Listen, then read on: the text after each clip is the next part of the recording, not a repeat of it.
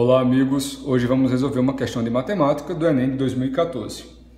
A questão diz o seguinte: para analisar o desempenho de um método diagnóstico, realizam-se estudos em populações contendo pacientes sadios e doentes. 4 contextos podem ocorrer nesse cenário. O primeiro, o paciente tem a doença e o resultado ser positivo. Segundo, o paciente ter a doença, mas o resultado do teste dar negativo. Terceiro, o paciente não ter a doença e o resultado dar positivo, o falso positivo, né? 4, o paciente não ter a doença e o resultado do teste ser negativo.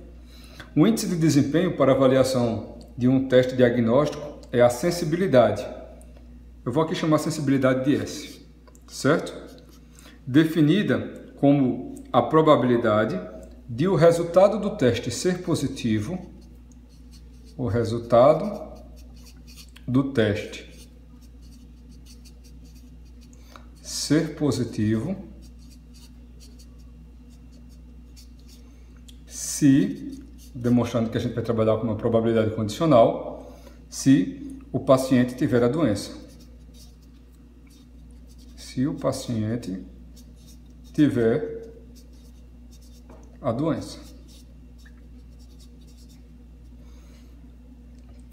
O quadro refere-se a uma pesquisa diagnóstica para a doença A, aplicado numa amostra composta por 200 indivíduos. E aqui eu tenho um quadro que eu devo analisar para poder fazer a questão. Ele quer saber, conforme esse quadro, qual a probabilidade, né, de sensibilidade de um indivíduo, né, ou do quadro, necessariamente. Vamos ver lá.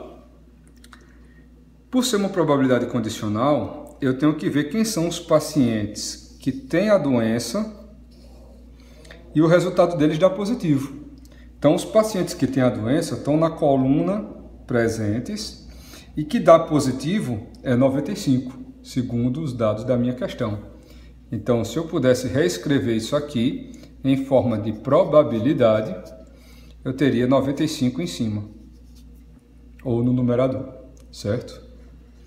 Aí, se o paciente tiver a doença, para o paciente ter a doença precisa estar presente. E o quadro de pessoas presentes é 95 mais 5. Então, embaixo ficaria 95 mais 5. Ou no denominador, certo? Efetuando-se essa soma, eu teria 95 sobre 100. E em termos de probabilidade, isso quer dizer 95%.